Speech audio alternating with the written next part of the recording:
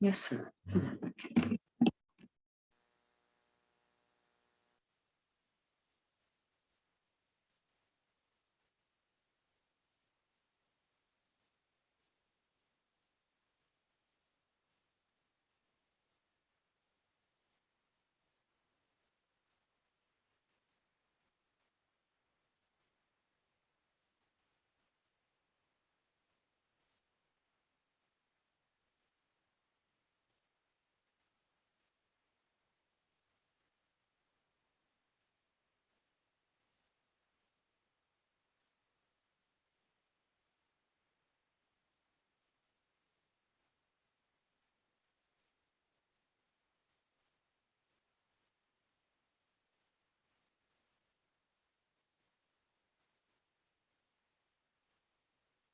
Okay. Full house tonight. Good evening, everyone. It is 1 minute after 5. Yes, ma'am. In 1 minute, I can still say good evening, everyone.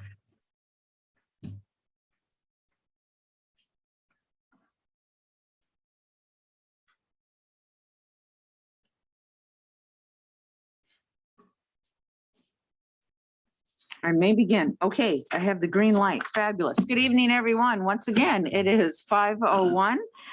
This is Wednesday, the 15th of September, and this is a regular joint meeting of the City Council, Indio Water Authority. I'd like to call the meeting to order. And may I have roll call, please? Councilmember Commissioner Miller, Present. Councilmember Commissioner Ramos Amit.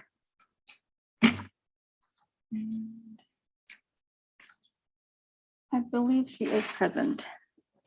Councilmember Commissioner Ortiz, Present. Mayor Pro Tem Vice President Furman, Present. and Mayor President Holmes. Present. Okay. Do we have someone online? I believe it's Rick Saldivar for invocation. Yes, he is on Zoom. Okay, for those that wish to participate in the invocation, please feel free to stand.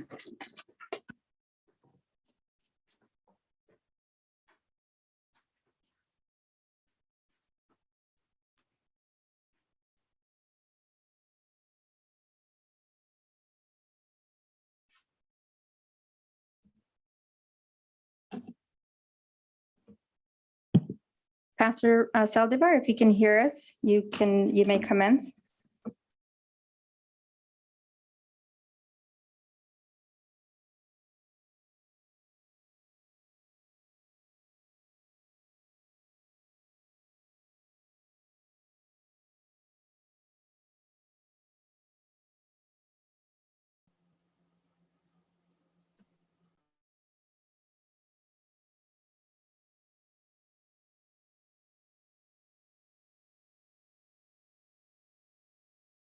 Well, I tell you what, why don't we do the Pledge of Allegiance, Mayor Pro Tem? Absolutely.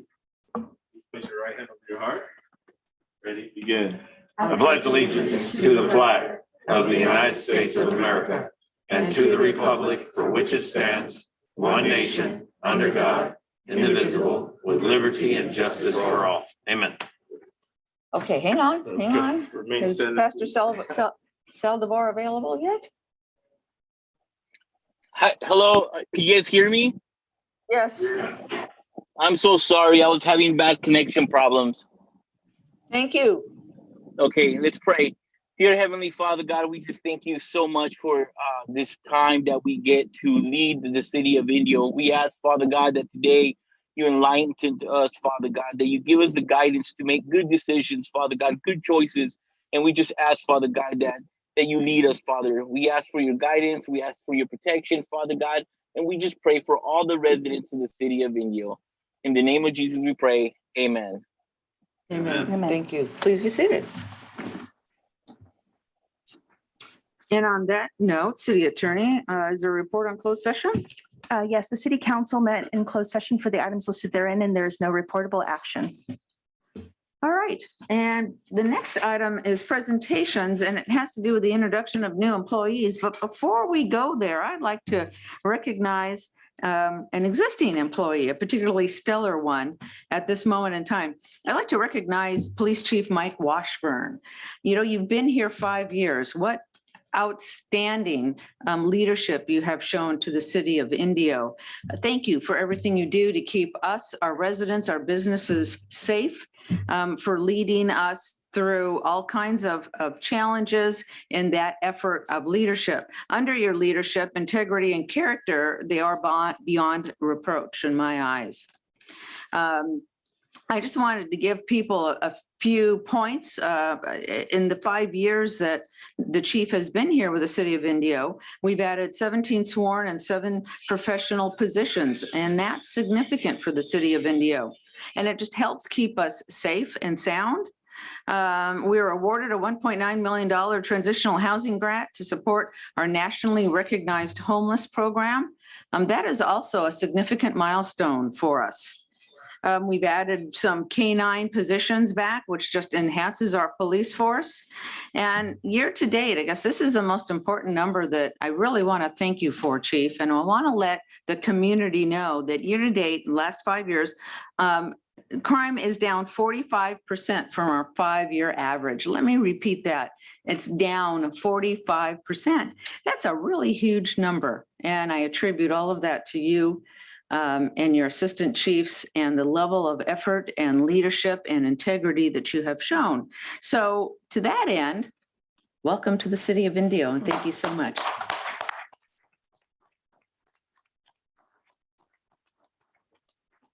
Thank you, Mayor. Very much appreciate it. As you know, it's a big team effort. So I'm usually not out there by myself. So all the folks who are responsible for those reductions and those and that leadership is throughout the department. Thank you. You're very welcome. Okay, now we get to have even more fun. City Manager Brian Montgomery on the introduction of new employees. Thank you, Mayor. We thought it would be important that every time we bring a new member of the team on board, that we have an opportunity for them to be here if they're available. You know, not all of them are going to be able to make it due to their shift and family schedules, but to let the council and the public know of these wonderful people that we're bringing out of the team to help serve them and to make Indio an even better place. So if you'll hold your applause to the very end, I'll read off their names if they're here, if they'll please stand. And then again, at the very end, we'd like to give them a round of applause for joining the team. So we have in our city clerk's department, city clerk specialist, Vanessa Castillo, if you want to stand up. In economic development, our senior economic development analyst, Kiala Mayer. This is a promotion within our fire team. Rebecca Winscott is our Indio Fire Marshal. Camilo Longoria in street maintenance. Fernando Ruelas is in street maintenance. Carlos Villarino is a fleet mechanic. Edmundo Salazar as our code enforcement technician. New police officer, Nathan Gwynn. Billy Fuentes is also with our Parks and Facilities team, a community improvement aide. As a promotion, Ismael Madrid is a street maintenance worker promoted to equipment operator 1. And then 2 community program aides in our teen center, Angie Salinas and Uriel Flores. So please join me in welcoming the newest members of Team Indio.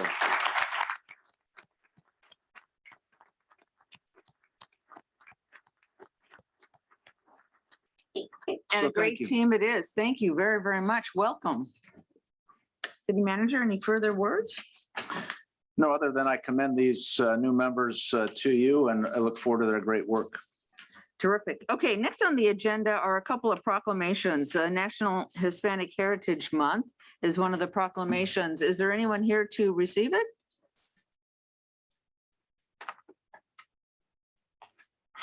So we have for National Preparedness Month, we have Dennis Day, I believe, here. Okay, National Preparedness. Sounds good. Do we have the proclamation? And Mayor Pro Tem, come on down.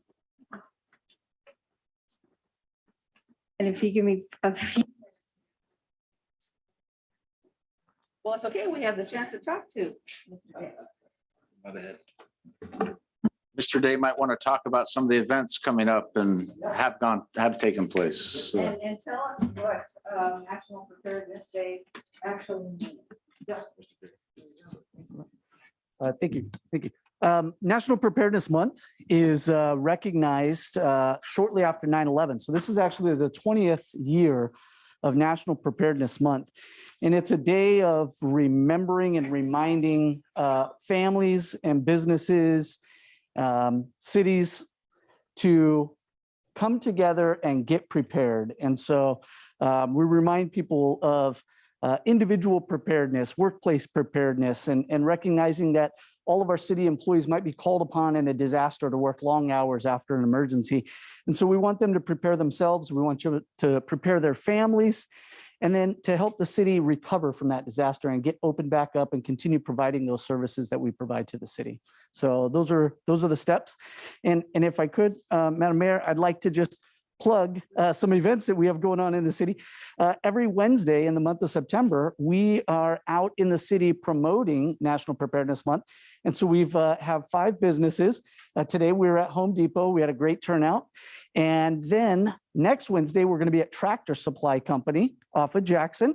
And the final Wednesday of the month, we're going to be at Yellow Mart right here off of Miles Avenue. And so we've picked local businesses that kind of tie in to the emergency preparedness theme. A lot of these all have items for sale. People are already frequenting those businesses. So not only are we promoting the preparedness message, but we're promoting businesses and people getting back out and shopping and supporting local businesses. So That's terrific. It doesn't get any better than that.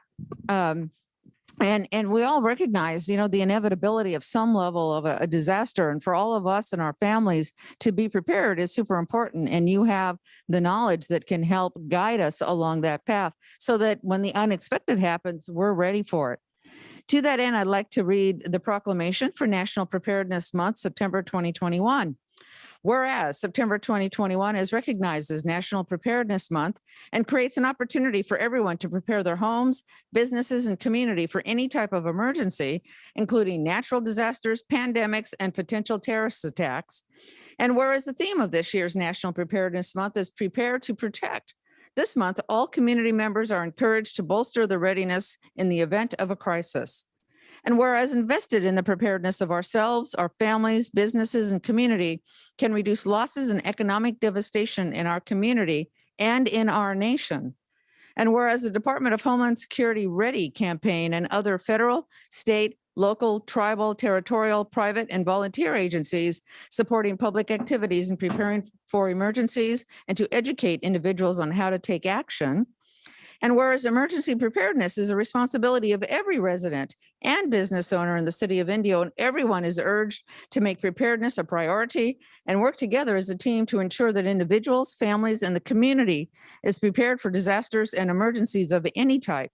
Now, therefore, it be resolved that I, Elaine Holmes, Mayor of the City of Indio, along with the Indio City Council, do hereby proclaim this month of September 2021 as National Preparedness Month and encourage all residents and businesses to develop their own emergency preparedness plan and work together toward creating a more prepared society.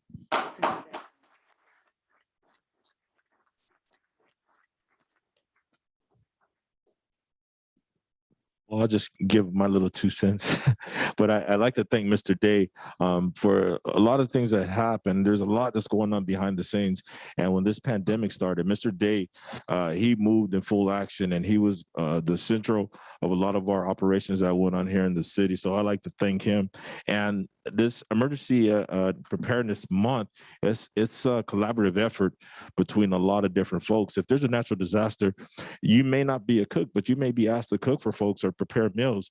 You may be asked to provide transportation, even though that's not your realm of duties. So it's important that we are prepared and proactive. And when I give my what is it again, our committees and those kind of things, I'm going to talk about some earthquake preparedness. So we're an earthquake country, and that's one of the things. But right now we're in the middle of a pandemic, and we still have to prepare and make those necessary decisions to get out of this thing. So on behalf of the city and the council, thank you, Mr. Day, and thank you all for being present during this proclamation.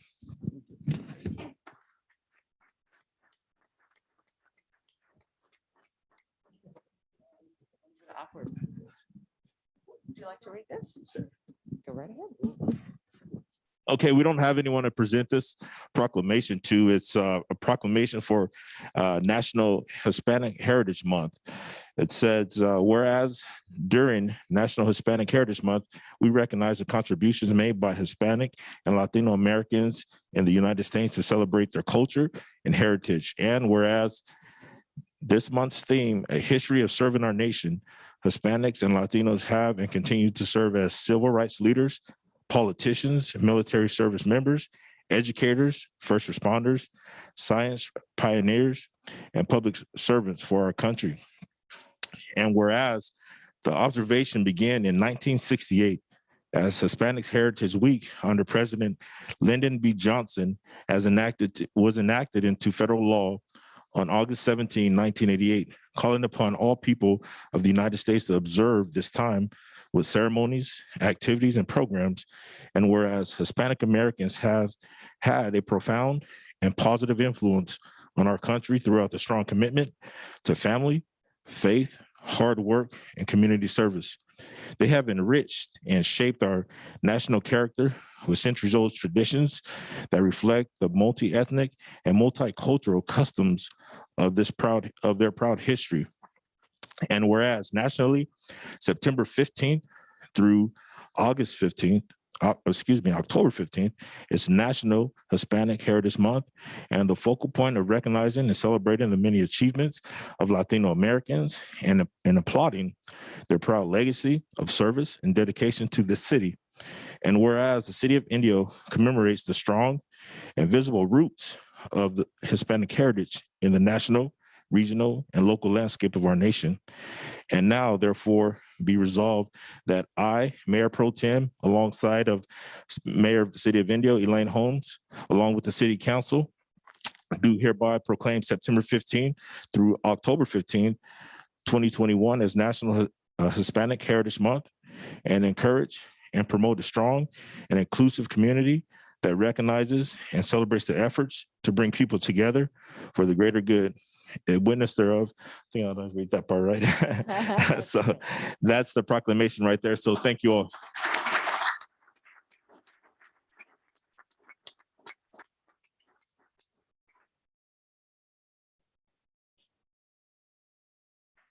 Thank you, everyone.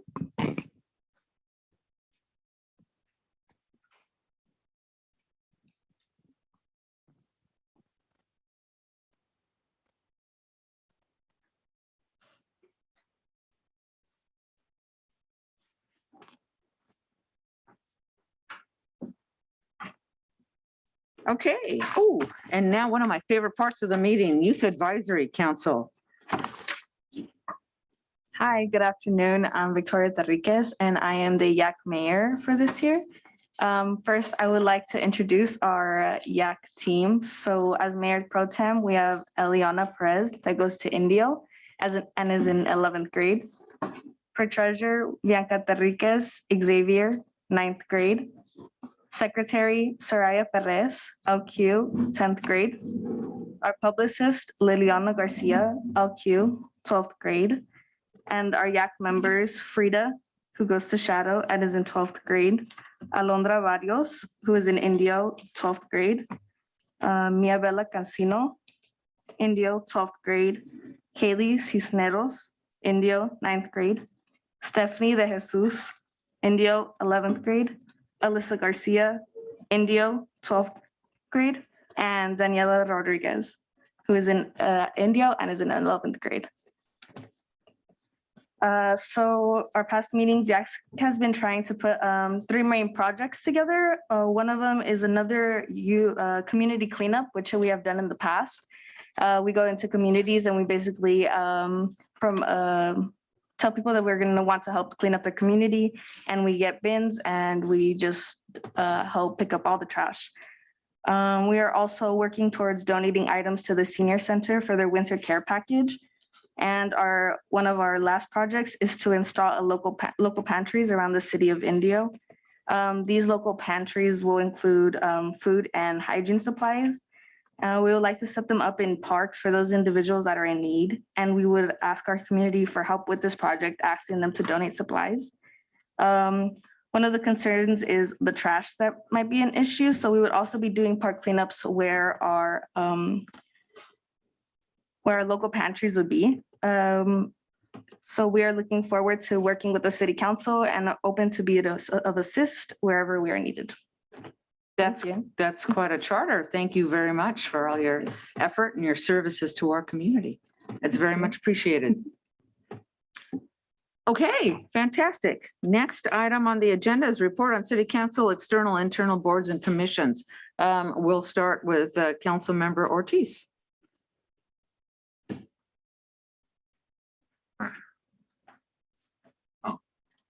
Thank you, Mayor, and thank you, staff, Youth Advisory Council, and community members for joining us today.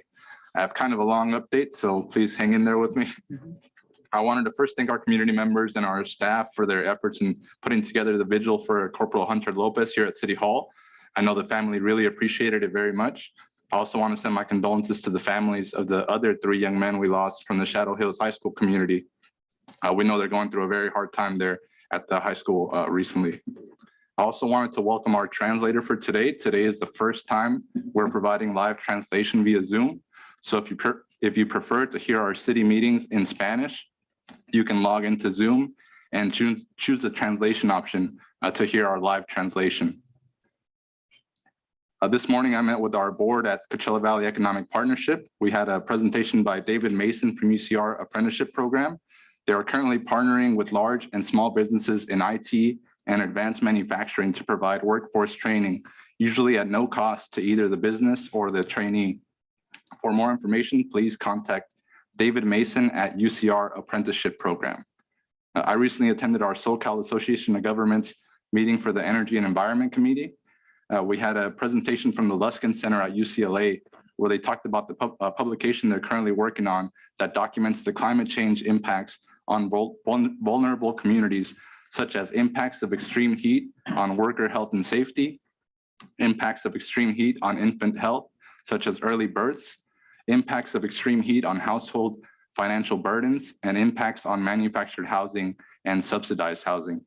I did mention to the committee some of the issues that we saw here in the Eastern Coachella Valley after our recent storm took out the power for hundreds of North Shore residents, many of whom live in manufactured homes and in extreme heat conditions.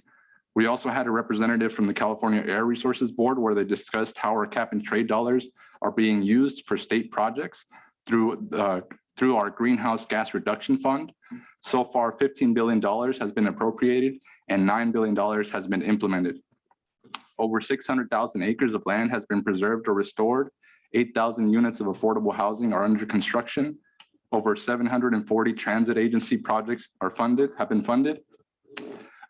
Over 400,000 rebates have been granted for zero emission and hybrid vehicles, and 125,000 urban trees have been planted.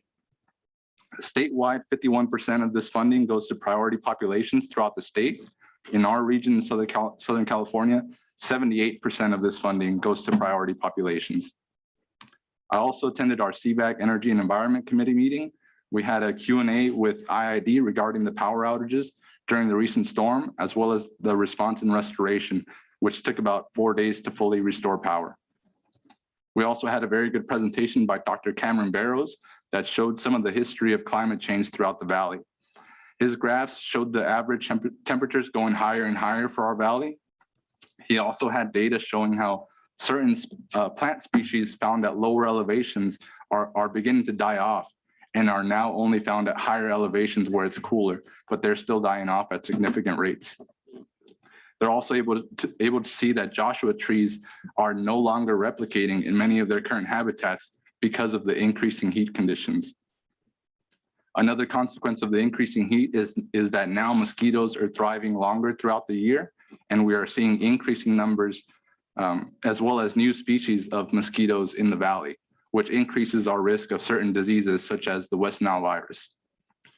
We are also seeing a severe drought that has severely reduced water levels coming through the Colorado River, which is the water that we currently use to restore our aquifer here in the valley. So we need to drastically reduce our water use here because of the uncertainty of this water source. So we definitely have a lot of work to do in terms of preparing for the changes that are coming with climate change. And one thing that I am excited about for that is that we're currently awaiting on an urban greening guidebook that CVAC has been working on that will give us recommendations for landscaping that can help us simultaneously use less water, provide more cooling for our buildings and homes, and provide shelter for our native species of insects and animals that our ecosystem really needs to remain healthy. It's estimated that 70% of water in our homes goes to our landscape, mostly our grass lawns. So I'm hoping that this will help us build a plan with our residents to begin changing the landscape throughout our city. I'm also glad to announce that I and Linda Evans of La Quinta were reappointed to our leadership positions within that committee. So I'll be serving another year as the vice chair of the CVAC Energy and Environment Committee. And that's all I have for today. Thank you. Okay, thank you very much. This is some really great information, super great information. Thank you for that. Council member Glenn Miller. Thank you, Madam Mayor. All my committees were dark, but there was a few activities through the vigil for Marine Corporal Hunter Lopez. I want to thank everyone, especially the family that came out, but especially Rudy Morales, Mayor Pro Tem Wayman Furman, and others, so we could honor and recognize him for his ultimate sacrifice, and the 12 other military soldiers that lost their life defending freedom for so many people. It was great to see our community come out and support them and support the families, and Salvador Lou's family, who was also injured, who's an Indio resident's family, also came out. So it was important for them to see that there's so much support, and the city of Indio continues, and the Coachella Valley continues to support those in need, and our hearts and prayers goes out to the family. A couple other things that happened just recently is the Mayor's Cup. We didn't get to talk about it, but since our last meeting, we started 6 years ago, and Shadow Hills, I think, won again. I don't think Indio High School's won yet, to be honest with you, but it's starting to turn in what it was supposed to be, is getting out into the community and bringing in other opportunities for families to get together. It was really to bring families in the community together. Indio is the only city in the Coachella Valley that has 2 full-fledged high schools. And so we were able to do a match between our 2 high schools and be able to get the families together. But they also had volleyball match for it. They had cross country the other day, and they did quite a few other things. So it's great to see the community get out and engage with each other, especially during this COVID. It gave people another chance to get out and be together. So that's great to see. And they're looking to expand it next year. And we're hopefully COVID will be down. We'll be able to get the families together, maybe have an event somewhere, either at the Polo Grounds or here up at the Old Town or here by City Hall. So that was great. The Greater Coachella Valley Hispanic Chamber of Commerce, if you haven't heard of it, it's a new Chamber of Commerce promoting businesses from the Hispanic community, growing very quickly. Rebecca Luna is their chairperson who's running it. They also had the California Hispanic Chamber of Commerce is here, their 42nd annual event. They were here in the city of Indio. Very fortunate to have them here, and they're looking to expand out here in the Coachella Valley. So if you know any businesses would like to join a Chamber of Commerce that is for the Hispanic community besides the other ones, Rebecca Luna is that person you can look for. So I was able to give them a proclamation, not only from the state, but also from the city of Indio. So that was great. And then lastly, is a tragic story that happened not too long ago, about a year ago, was 3 mobile homes that burned down in Pueblo del Sol. About a year ago, across from Indio High School. The families, all 3 of the families, lost everything they owned. They did not have any insurance. And at the generosity of Chairman Darrell Mike at 29 Palms, a band of Mission Indians, he dedicated 3 homes to them. They were installed last week. The families got the keys to their homes. He didn't want to do a big press release on it. He really kind of wanted to go low key. Each one of those homes were dedicated to the family free of charge. They were given the keys to the home along with the title, at no cost to them. So these 3 families now are back in their homes at Pueblo del Sol, and they have a new house courtesy of many other individuals. The city of Indio waived the fees. My landscape company did the landscaping. La Hacienda Nursery did the plants. Emery Land Clearing did the clearing of the old debris, and then also Burtech hauled off the waste free of charge. So as usual, our community gathers together whenever there's adversity, and we work together. And now we have 3 families that are back in their homes, and they are clear and free with their own homes. So great stuff going on in the city of Indio. And that's it, Madam Mayor. Thank you. A great story. I mean, it started out so tragic, but what a great ending. Thank you. I know that you championed that, and I really appreciate that. Councilmember Lupe Ramos Amit.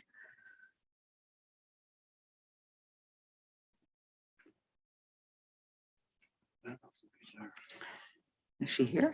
She said that she was going to be a little bit late, so. Okay, so maybe toward the end of everything, Mayor Pro Tem. All right. Good evening to everyone in attendance and our folks watching online. I had a couple of my committees that were open and I did attend a couple of activities. And so I'll go ahead and start with our Public Safety Committee meeting out of CVAG. I was very appreciative of being nominated again as a chair to serve another year. So that'll be 2 years for me serving as a chair of the Public Safety Committee. I believe I still have a lot of things I want to accomplish in that position. So I'm delighted to serve in that capacity. During our meeting, we had a moment of silence for Hunter Lopez and the fallen, and also a special prayer for Salvador Luli, and who is still recovering from his injuries. And I just want to read off some details of Corporal Lopez's services if folks in the community like to attend. I know it's available on some of the sheriff's department. They have some of the details up on their website, and I believe we have it on ours, but I go ahead and read some of them off. The procession will begin at 5:30 p.m. on Thursday, September 16th in Forest Lawn in Cathedral City, then travel past the Palm Desert Sheriff Station before ending at St. Francis Church in La Quinta. Members of the public are welcome to line the streets in support of the procession. Then on Friday, September 17th at approximately 9 a.m., a procession will continue from St. Francis and travel past 3 schools Lopez attended: Amelia Earhart Elementary School in Indio, John Glenn Middle School in Indio, and also La Quinta High School. After the procession, the public will be able to attend a viewing at St. Francis from noon to 7 p.m. And that's Friday from noon to 7 p.m. On Saturday, September 18th, a memorial service will be held at the Palm Springs Convention Center at 11 a.m. in the Oasis Room in the Convention Center, which will be open to the public to watch the ceremony on the screens. The maximum capacity of public members will be 1,000, and masks are required inside of the Convention Center. A procession on Saturday will then travel to Riverside National Cemetery, where Lopez will be laid to rest. The public is asked to remain on sidewalks and out of the road. The Riverside County Sheriff's Department plans to block and divert traffic at intersections at high traffic areas. Alternative routes for regular travel should be used during the procession times. And again, this information is available through the Riverside County Sheriff's Department and also most of our media outlets. And it should be available on our social media as well for the city. Also during the Public Safety Committee meeting, we had a presentation from Margaret Vinci from the California Institute of Technology, Seismic Laboratory on Earthquake Education, and the Great California Shakeout, which will be October 21st, 2021. International Shakeout Day is every third Thursday of October, when organizations across the Coachella Valley practice an earthquake drill for at least 1 minute. More than 6.5 million Californians joined the Great California Shakeout in 2020, and more than 4.6 million people, including CVAC staff, have registered for this year's drill. So we hope everyone participates in that drill and being proactive in these things. Some of the things I talked about earlier, being prepared. Sometimes we prepare for what might happen, and we know we're an earthquake country, so I believe this is important. And also following that, there is a My Shake app available on your phone for early detection of earthquakes. So if you have a Apple or Android phone, you could download the app, which will give you early detection. It's called My Shake. Moving along. Also, we received a update from the county on COVID. Our numbers are continually changing. It's a lot of information. So I would advise you to go on the county website to get some of those numbers. But I could give you some numbers for Indio. We have, since the pandemic started, we had 13,743 confirmed cases. We had 13,312 recovered, and we had 231 deaths. Right now in Riverside County, the positivity rate is 7.6, but that's before the numbers have been added or subtracted from the holiday weekend. Also, I want to direct a lot of folks to the Desert Sands Unified School District dashboard site. It's a very easy to read and navigate and see the numbers at some of our schools. Now, I don't believe this is the proper forum for me to give advice about mitigations for COVID as parents, with our students. But I think this is very important that we go in there, we look at some of the numbers of our COVID cases in our schools so we can make the necessary things that we can to mitigate this virus. So right now we have 91 active cases in our school district, with 75 being students and 16 being staff. So that would complete my report for the Public Safety Committee. Moving along to the Homelessness Committee, which was this morning, we got a report that Martha's Village and Kitchen has now opened up in the Palm Springs Boxing Club in Palm Springs. So that's good to help their community out. We also received an update from the Executive Director, Tom Kirk, on the CV 200, which serves the most chronically homeless folks in our community. And I'm happy to say in the second quarter, we've gotten 24 folks off the street into housing. So that's good. So right now, the CV 200 is now the CV 151. So as we move along, working with our quality of life teams and our community leaders and our nonprofits, we'll continue to canvass the areas for folks who we constantly come in contact with to get them some additional services. And during the meeting, something that was very important and discussed were possible options of looking at and discussing what some of the other cities are doing. And I'm not a homelessness expert, and maybe at a later time, our quality of life team could come up and maybe give a presentation and talk about some of the folks they come in contact with, because we're very fortunate in the Coachella Valley. We have a lot of resources. If you go outside of the Coachella Valley, sometimes you don't see the resources that we have here as it pertains to homelessness. But where it becomes an issue is a lot of folks are reluctant to take that assistance. And that's a challenge. That's a challenge. Not only are folks with our boots on the ground out there, but if you're out there and you offer folks help and they're reluctant, what do? So there's a lot of discussions being held in metropolitan cities who have worse homeless problems than we do. And some of them are making policy to help those individuals who may not have the mental capacity to understand that they need assistance. And so I'd like to ask the YAC mayor and Mayor Pro Tem and advisor, if I could work alongside of you and working with some of our pantry project. I think it's a great idea. I think we have some things in place, and I think maybe the YAC can enhance that and actually work with us in mitigating our homelessness problem in our community. So I would like to offer my assistance with you as well. So moving along, we also attended the Greater Coachella Valley Chamber of Commerce Mayor's Luncheon and Tribal Chairman Luncheon. It was great. Thank the mayor for giving a great presentation and letting the community know what we have going on in Indio. We have a lot of stuff going on in our city, but the valley is growing. And I was real excited to hear what our sister cities are doing as well, Coachella and La Quinta, because although we are individual cities, the Coachella Valley is one big city. And if Indio's thriving, Coachella's thriving. If Coachella's thriving, Indio's thriving, and vice versa with La Quinta. So it was a great luncheon to hear some of the projects that are going on. And I also like to thank all the folks who came out to the vigil for Corporal Hunter Lopez. My heartfelt condolences and prayers to his family, to the families of the fallen, to all affected, to our community, to our country. It's a tragedy, and how we get through these things is leaning on one another. His family, their lives are going to be changed forever.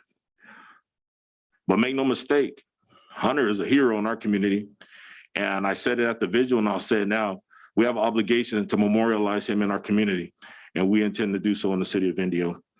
And I also like to send condolences to the Shadow Hills High School teacher, the family of Christopher Trujillo, who also passed recently, and Mr. Fajardo, the principal, and their family over there. They're going through some tough times. They lost a former student. And so our Shadow Hills family over there, we send our condolences as well. That would complete my report, Madam Mayor. Terrific. Lots going on. Thank you for everyone's participation. Is Councilmember Amit available, or does she wish to speak? No? Okay. All right. My turn. There is so much going on. So let me try to make this as succinct as possible. First of all, thank you to my fellow council members and staff and city manager for volunteering at the Fine Food Bank earlier this month. I think we broke a few records. We were on a roll. We were packaging that food. But the important part is that we are packaging that food for delivery. Throughout this whole COVID pandemic, the need for food to be delivered, the food insecurity in our community, which was significant to begin with, is even greater. And I encourage anyone that has some free time to volunteer at Fine Food Bank to help in that service. Enjoyed the All Valley Mayor, the Greater Coachella Valley Chamber of Commerce. You know, it's always good to hear what other cities are doing because, you know, a rising tide floats all boats. We are successful. If any one of us as 9 cities is successful, the rest of us are successful. And it was really great to hear what was going on and how we can all be a part of one big group. Attended the Women's Club Kickoff Brunch on Sunday, and the significance of that is this particular organization does so much out there. We support Martha's Village, the Rescue Mission, Indio Nursing. It's a group that gives back and that gives and volunteers to those less fortunate. So it was nice to kick off the season this year.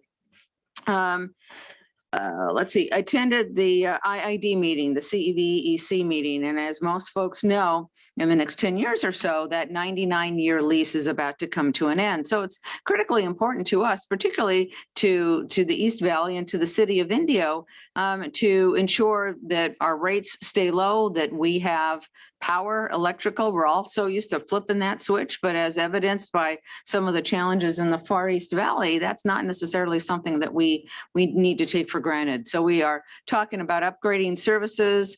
We're talking about additional services. All of our communities here in the East End that IID serves are growing. We need additional power. And so those conversations are all taking place at this particular meeting. This is only the second meeting. We anticipate these conversations to go on until we achieve a satisfactory resolution, which I no doubt know that we will. The tragedy of Corporal Hunter Lopez, of all of the individuals that we lost, but our own Corporal Lopez, and being able to meet the family was just heartbreaking. More heartfelt condolences, love and prayers go out to the family and to all the families. Also wanted to mention, it was great to meet the family of Lance Corporal Salvador Liu. Prayers go out to him. What a tremendous opportunity for us to be able to gather the community together. The one great thing about the city of Indio, and I had a few emails come to me, was how we all come together. How whenever there's a challenge, a problem, a tragedy, we all come together as one. We meet, we memorialize, we pray together. And I think that's a testament to the solidness of this community. And really also wanted to take a minute, you know, that whole memorial, the memorial that happened the day we found out about this, really wanted to thank staff. It just happened very quickly. It was put together with just tremendous professionalism, care, and love. And so I want to call out some of the staff members that I know worked very hard with the candlelight visual and the memorial. Of course, Shelley is always leading that charge. Brooke, Ben Gutron, Doug Haynes, most of our public works team. In fact, not much happens in the city without public works. Jim Curtis, Scott Trujillo, just really an amazing staff who with all the heart and love pulled all this together. And I really wanted to thank them.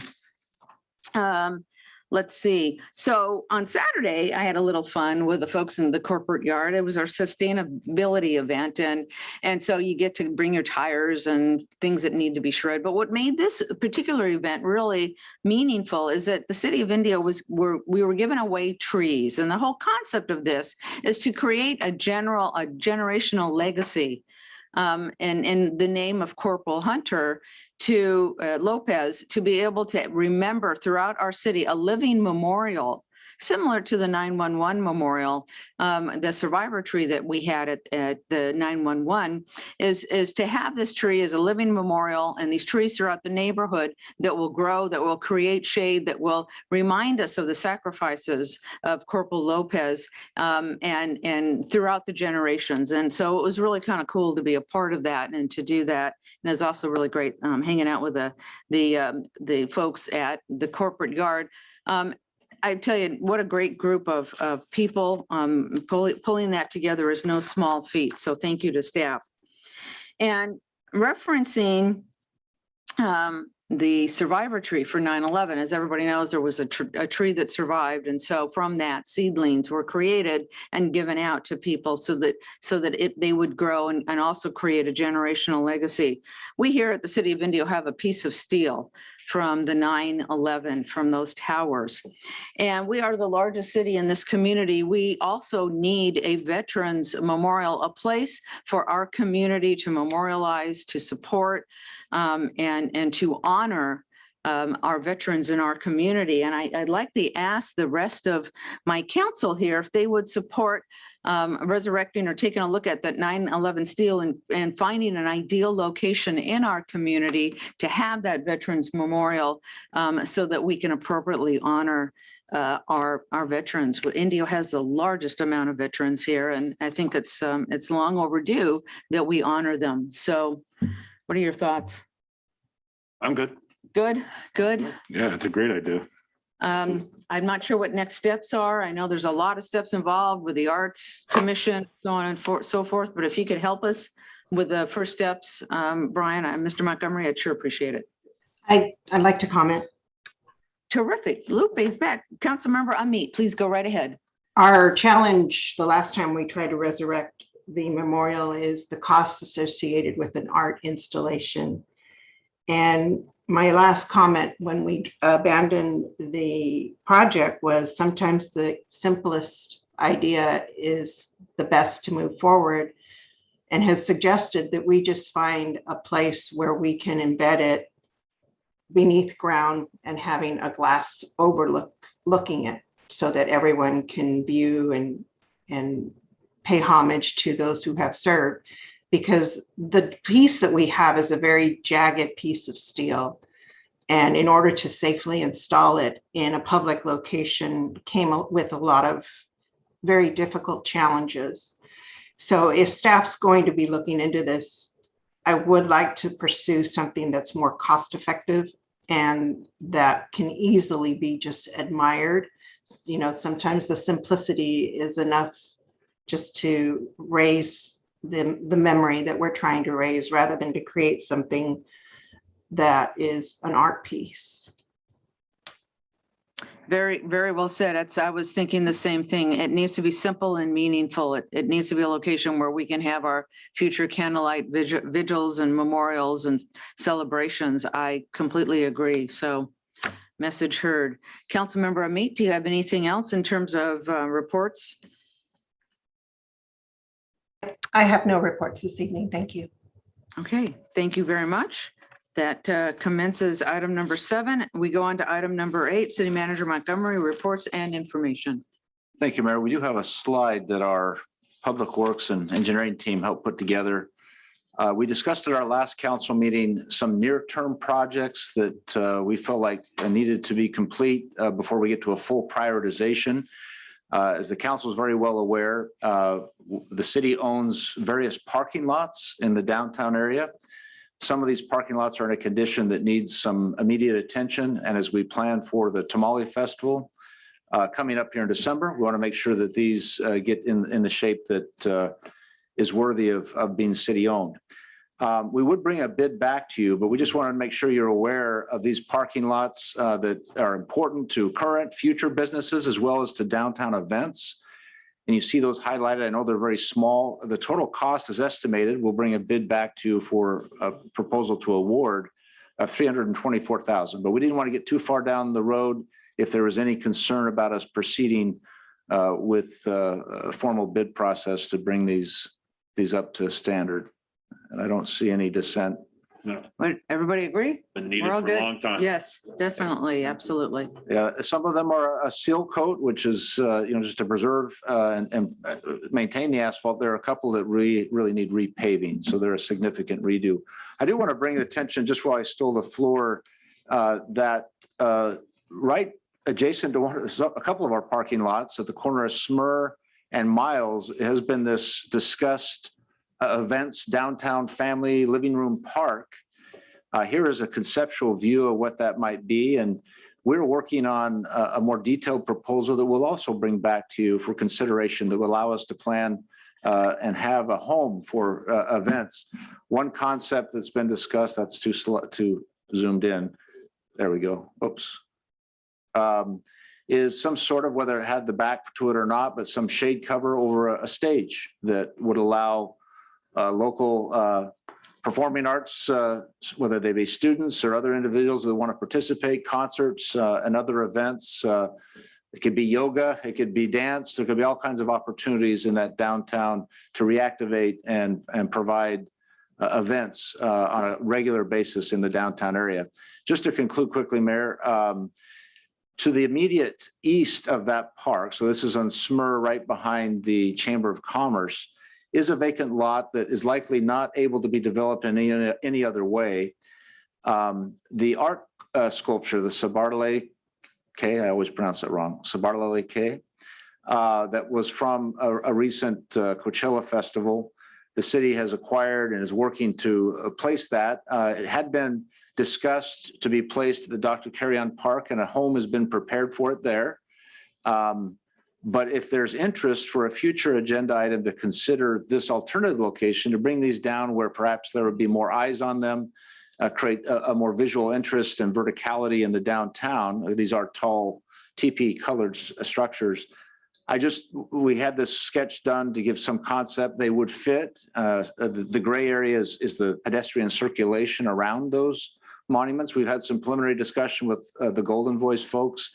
They're willing to consider whatever the city council is wanting to do. So Mayor, I guess I just propose that if it's worthy of further discussion, or we continue where we're at and locating it at Dr. Carrion. Council, what are your thoughts? I'm good. Take this down. I'm good with it either way. I mean, we've thought about doing Dr. Carrion and was trying to keep art and culture and move it out through the city so more would go through. Plus there's that open area that was kind of just bare, and it was going to clean that area up. Talking to Golden Voice when we looked at doing our extension, they are very immune to allowing us to do more of their art pieces that they have throughout the festival grounds and let them be utilized here in the city for 10 years, kind of like they did the city Coachella and that. Some of them they've given to us, but these would be like for 10 years, we'd be able to utilize them and then rotate them in and rotate them out. So that might be another way of doing it, either in Dr. Carrion Park or here, is to, at the next concerts, to take one of the art pieces and maybe move it here. I don't know how it'll look there. It could work. It just seems a little cramped compared to how big those are, but I'm open to either one. Thank you. Council? I think we discussed this already, and I think it's a great idea we're doing down there in that area, especially at Carrion Park, and also making our way to the festivals. It gives folks opportunity to go down there, see some artwork, and also bring some synergy to that community.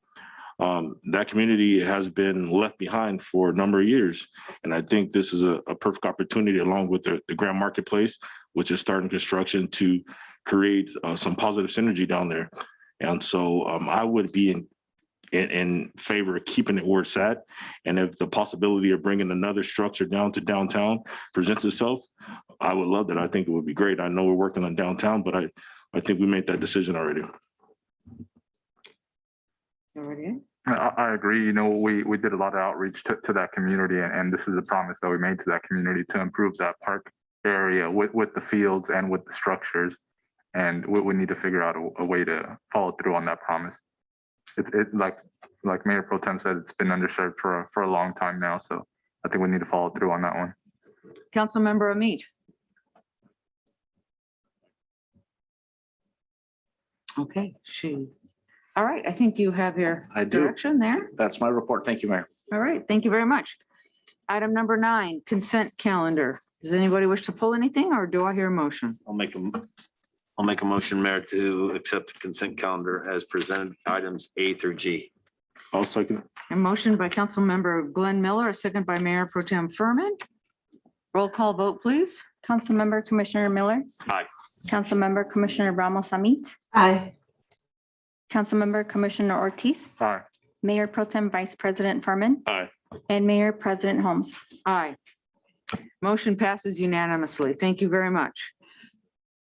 Okay, item number 10, administrative items, discussion and direction regarding potential agreement with the Desert Recreation District for the maintenance and scheduling of various city-owned parks and facilities.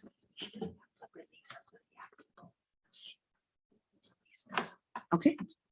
Something has come to my attention. Does the YAC group want to escape? Oh. You guys are welcome, always welcome to sit through the meeting. It does make for a long night, and I know you guys have lots of school, so you are welcome if you would like, or you're free to leave. Only 2 more hours to go. Yeah, Can we maybe be excused? please, absolutely. Should have said 30 minutes. Okay, back to item number 10, regarding desert recreation. Who will be giving this presentation? City manager? Maybe we can give them a hand.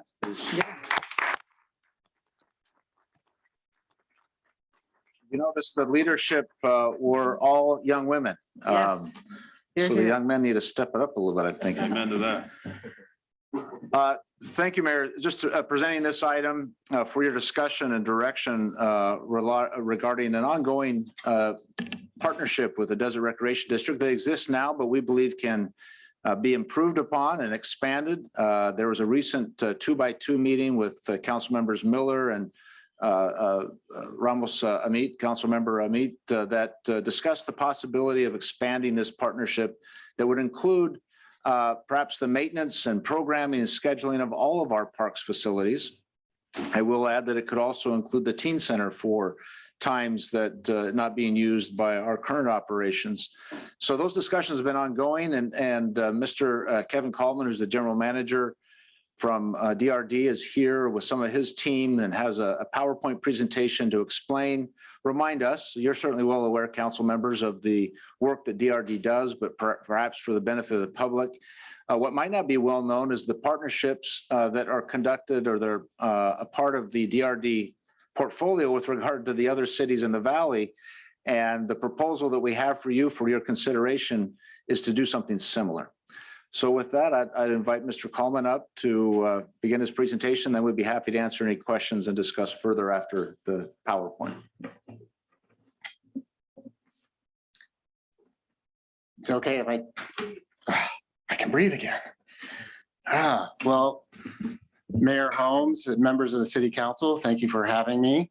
As Brian said, this has been an ongoing discussion for several years, and as the council may be very familiar with the Desert Recreation District, we want to make sure that also the listening public has good information on our background and who we are and what we do.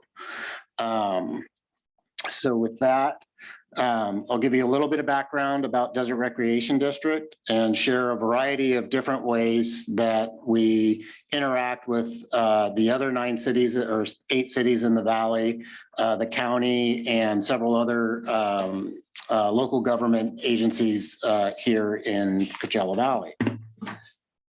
And I'm assuming I just clicked right or left, which was, okay. Oh, right here. I've got this one. Will this be easier? I think so. Sorry. Is it? Thank you, Brian. Okay. Okay, perfect. So much like the City Council, the Desert Recreation District has an elected board of directors. There are 5 directors, each represents a geographic area, which is represented on the map in the PowerPoint. The city of Indio being the largest population center in the valley, we actually have 3 board members that have represent some portion of Indio in order to equalize our electoral divisions. Your primary representative is Director Becerra. But also Director Gutierrez, who primarily represents Indio Hills, Shirako Summit, and Coachella. And then Director Paz, who primarily represents Vista Santa Rosa, Mecca, Thermal, Oasis, North Shore, the far East Valley. And then we have Director Acosta, who represents Indian Wells, Bermuda Dunes, and La Quinta. And then Director McGalliard, who represents Palm Desert and the portion of Rancho Mirage that's within our boundaries, and the community of Thousand Palms. Little known fact, the Desert Recreation District is actually the largest by land area recreation and park district in the state of California.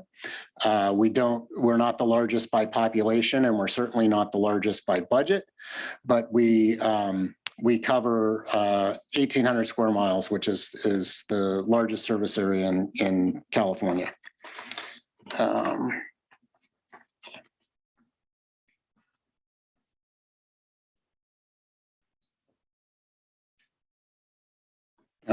It's a little slow. Okay.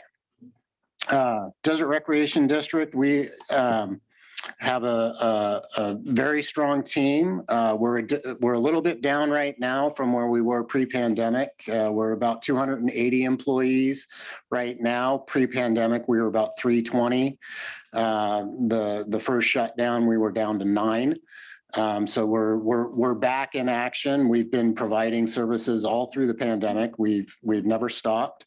Some of that happened online, but then we quickly moved back to outdoor programming, and then we're back at full circle and doing what we do indoors and out. Our mission is to enrich the quality of life of Coachella Valley residents by acquiring, developing, operating, and maintaining a community-focused parks and recreation system and preserving it for future generations. It's our vision that through a community collaborative approach, DRD will be the regional provider of premier parks and recreation services in the Coachella Valley, ensuring that all residents have equitable and barrier-free opportunities that contribute to the overall wellness of our communities. And then you can see on the slide our core values. We actually have several more, but these are the ones that we preach day in and day out to our team. We like to say we do parks and recreation right. We don't spell right, but we do parks and recreation right. And those are respect, integrity, teamwork, and excellence.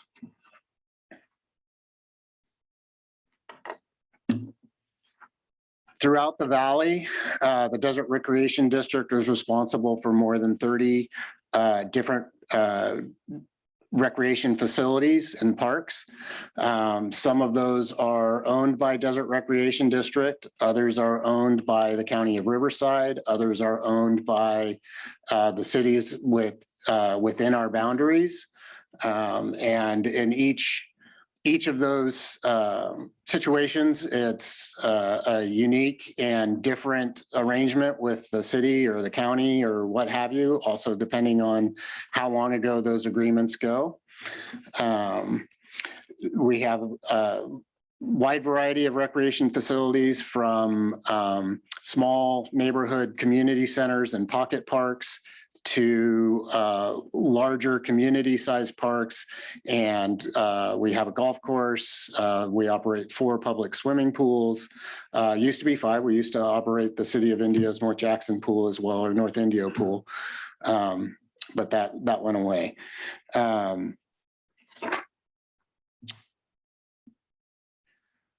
We do partner with just about all of the different local governments here in the Valley in one way or another. The list would be exhaustive. I didn't put on, Coachella Valley Mosquito and Vector Control or Sunline Transit, but we do partner with all of those different agencies, as well as all of the cities, even the 2 or 3 cities that are not currently in our boundaries. We have done out of district agreements with the city of Desert Hot Springs, the city of Palm Springs, and the city of Cathedral City.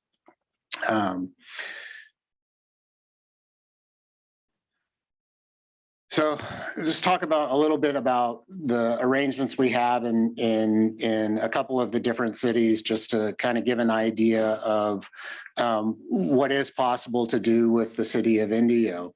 Most of the stuff we do currently with the city of Indio is staff calling staff saying, hey, we want to have this event, or we want to can we get some help from the city on this activity or that activity? We need help finding space, those kinds of things. But in other cities, we go a little bit deeper, and the city of Palm Desert is probably the one that we work the absolute closest with in terms of actually being their Parks and Recreation department.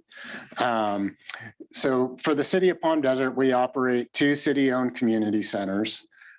We do all of their park reservation management, everything from the sports fields to pavilions to the amphitheater that they have in Palm Desert, similar to what you're proposing. We take care of all of that from start to finish.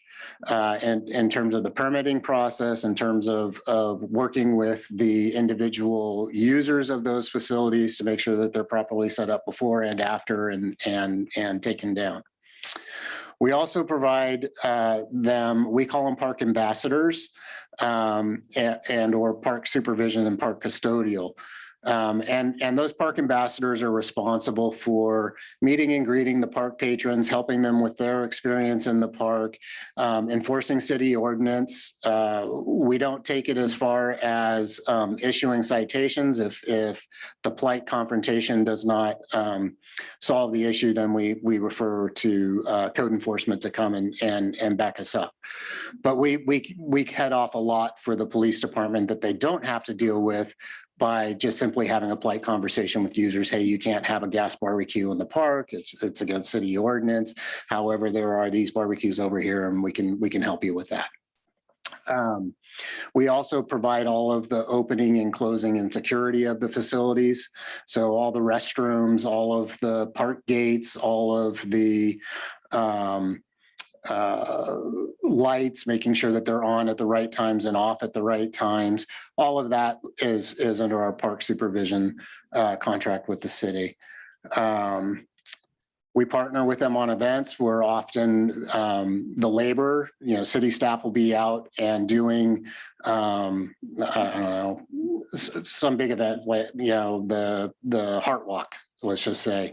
While city staff is involved and kind of leading the charge on it, our staff provides the legs and the labor and the heavy lifting to help keep those events going on. 4th of July is another great example of that in Civic Center Park. We also, in addition to operating city facilities, we also own and operate our own golf course in the city of Palm Desert, which is the home of our First Tee program, which also we partner with the city of Indio and host the First Tee program as well at the Indio Lights. And then we also are responsible for issuing their resident cards for their Desert Willow Municipal Golf Course. So we take a lot of the functions that the city staff would be responsible for, and we relieve them of that, and then they can focus on other issues. So that's the city of Palm Desert. City of Coachella. City of Coachella, we operate the city-owned pool in the city of Coachella. Much like Indio, it used to be 2 city-owned pools in Coachella, but it also went by the wayside of deferred maintenance and whatnot. We program the one small community center in Bagduma Park, and we also partner with the city on events. We host events and the city helps us with those events. And then both the city and the chamber also host events that we also partner with them And then we also have one lighting and landscape maintenance district in the city of Coachella that was kind of a one-off that happened. And so we also maintain its one small 3-acre park and then several retention basins and landscape areas that are trails that run through the community. City of La Quinta, likewise, we operate the city pool. We have our own community center in the city of La Quinta, which is actually another unique partnership that happened prior to the city converting their senior center to a wellness center. We partnered with the city of La Quinta to change our community center into the community fitness center. And that was a joint project that turned out to be, quite successful and spurred them on to build yet another fitness facility. We also partner with them on special projects. For example, right now we've been working with the County of Riverside Open Space and Park District, as well as the City of La Quinta, to save the park at Lake Cahuilla. As you may or may not be aware, there's a lease that the county holds with the water district that has needs to be renewed. And we were able to get an extension while we did some studies with regard to quagga mussel risk. And so that's ongoing. And we hope to be able to maintain, I guess it's now Lake Cahuilla Veterans Park, with the help of both the city and the county. And so we have a whole bunch of different types of agreements with different agencies. Most are contracts for service. For example, with Desert Sands, we have contracts for service for providing all of the after-school programming in the ACES programs in, I believe, 13 of Desert Sands elementary schools. As well as contracts for service, like with the city of Palm Desert, we have a contract for service for the park custodial and the reservation management. And then we have a lease agreement with them for the use of the community center. We also have joint use agreements. Our facility in Thousand Palms is a joint use agreement between the Desert Recreation District, the County of Riverside, and Palm Springs Unified School District. The land is owned by Palm Springs Unified School District. We own the community center and park improvements, and the county owns the library, and then we maintain all of that area as our park. And then the last and most recent, and license agreements. We operate several county facilities throughout the valley. You were talking earlier about the power outage in North Shore, and probably little known fact, but the Desert Recreation District were the first ones on the scene with IID's help. We connected a generator to our community center there and created basically the emergency hub for cooling and for food distribution and for ice distribution to the community. And then the last and most recent type of agreement that we've entered into is we have a joint powers agreement with and we actually formed an authority with the Coachella Valley Mountains Conservancy. It's called the Coachella Valley Mountains and Desert Recreation and Conservation Authority. And we are partnered to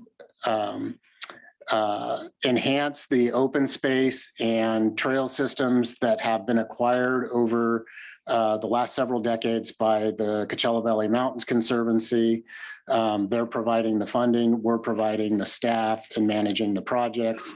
And so far it's a year in and we're seeing great success. We'll be looking forward to opening our first project up on Highway 74. It's called the Shumway Ranch, and turning that into a high elevation escape for desert residents to be able to go and do art or have events up out of the valley heat. So potential things that we could do in the city of Indio. Some of these things we've done for Indio in the past. For example, we used to do all of the facility reservations and manage all the user groups on the sports fields in the city of Indio. We're still set up to be able to do that. We haven't done it in over a decade, but it is something that we are capable to do. When we put in our newest version of registration and reservation software, we were sure to include all of the facilities in all of the cities in the valley for just this type of occasion. So we're ready to do that at any time. Routine park maintenance and custodial. We do, like the city, most of our mow, blow, and go is a contract with private entities. However, our park staff do the inspecting as well as most of the minor maintenance, things like repairing, playground surfaces, replacing, shade structure fabrics, bathroom repairs, those kinds of things. And then depending on the size and the amount of time it would take our staff to do it, we'll go out and contract for it. Like I said, we do all kinds of custodial and opening and closing. We can do that here. Park programming. We have done park programming in the city of Indio. It's been a challenge recently, mostly because of the way that the system is set up now for some of the private nonprofit users controlling that space has made it difficult for us to be able to get onto some of those spaces. But certainly activating parks is one of the things that we do. We actually have had a phenomenal relationship through the CalFresh, where we're actually getting funding to activate parks in the East Valley, and to add Indio into that mix would not be out of the question. Capital project management. So the picture that's actually on the screen, that's a park that will be opening on October 1st. You're all invited to the grand opening. This is our newest park in Oasis. We do, just like we're doing for the Mountains Conservancy, we do all of our own project management and planning is overseen by us. So we could do that here in the city of Indio. As a matter of fact, I believe the city of Indio is still passing around our renovation plans or replacement plans for Poly Pool. They're still here in the planning department. And we hope to be moving that project forward as well. Programming of city facilities, as City Manager Montgomery had mentioned, we've had brief discussions about the teen center and the amount of time that it is not programmed that could be programmed, and a willingness on the part of the district to help fill those time slots and have that beautiful facility be utilized more regularly without interfering with the current programs that are going on there. And then also we can offer support to city staff and the council and commission with regard to parks and recreation items. Again, we do this differently in each city. I actually sit on the commission in an ex officio manner in the city of Palm Desert. We have staff on the commission in Coachella. We have staff attend all of the other commission meetings in an effort to keep us abreast of what, just like all of your reports from the different committees that you have gone to, same thing, keep us abreast of what's happening in different parts of the valley. And with that, I'm happy to answer any questions and turn it over to city manager for discussion. That's extremely comprehensive and amazing, and I can't wait to hear more. City manager, your comments? Thanks. In fact, Kevin, if you go back a couple of slides where those potential partnerships, and there may even be more beyond this, This one here? that one right there. Yeah, so I think if there are some questions for the district on anything that was presented, but other ideas, I think what city staff needs to know, I know it's been discussed for years. I'm new, but I've been told if this is the time, I know that there's the willingness, the expertise, and certainly our desire as city staff to take your direction. If this is the time to move in the direction of at least some or all of these, our intent would be to take that direction, your comments, where you think it makes sense or not, and we would work on an agreement and bring it back to you within 90 days for your further discussion. Of course, the board, the district would have to review any agreement as well, but certainly looking forward to what you might want us to do. If as things are now, you want them to remain the same and there's no need to increase the partnership, we'd want to know that today as well. Okay, where do you start? Council, any comments? I guess I'll start. Thank you for the presentation, Mr. Common. And thank you for your service to our community. The recreation has been here for so long. A lot of us grew up in the recreation, and to see it expand across our region like this is actually exciting. And it's, I did have one question maybe you can expand on, and something that a partnership with the city might be of assistance. Being out in the community, we know that you have an extensive gymnastics program. If you could talk about that and maybe even working with the city of possibly finding a location for your gymnastics, and you can start there. Absolutely. We do have kind of perfect storm has kind of happened. We've had a very successful gymnastics program for several years.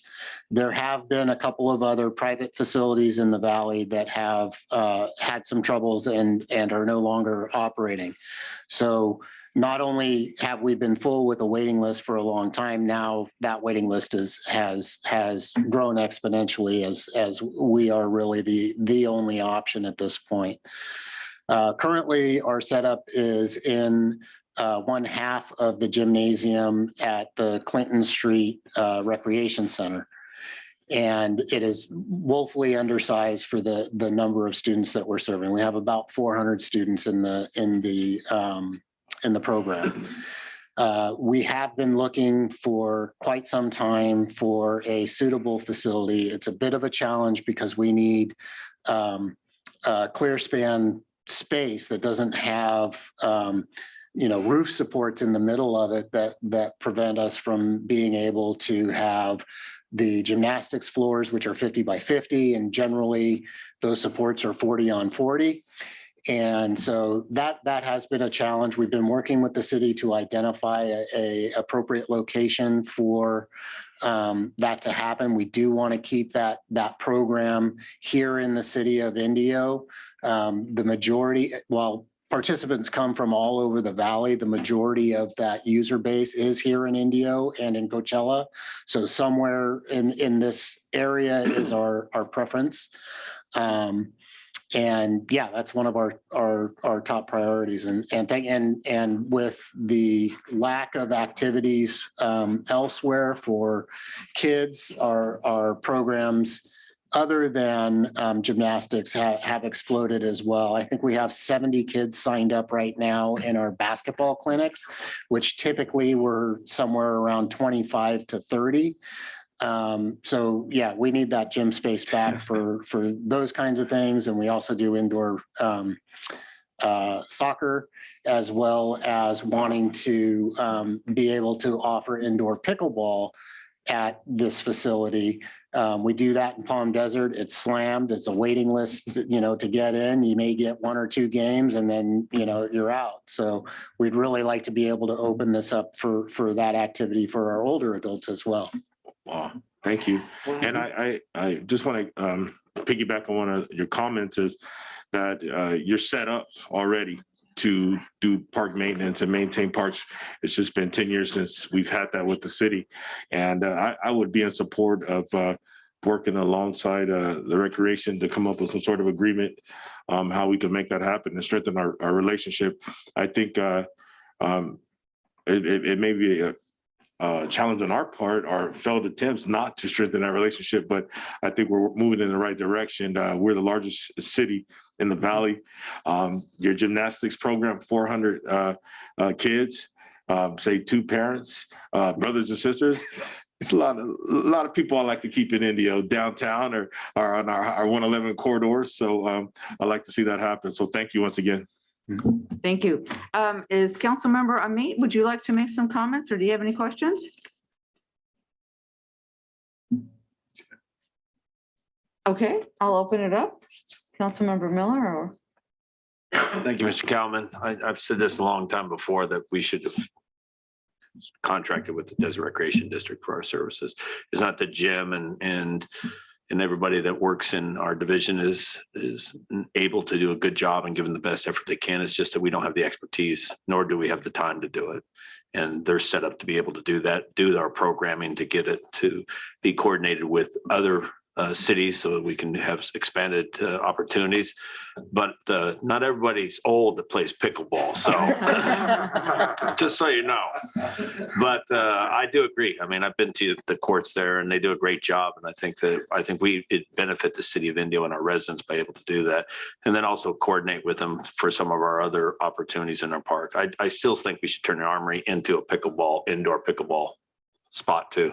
It just sits there. You can put 8 to 10 courts inside. And like you said, it is busy.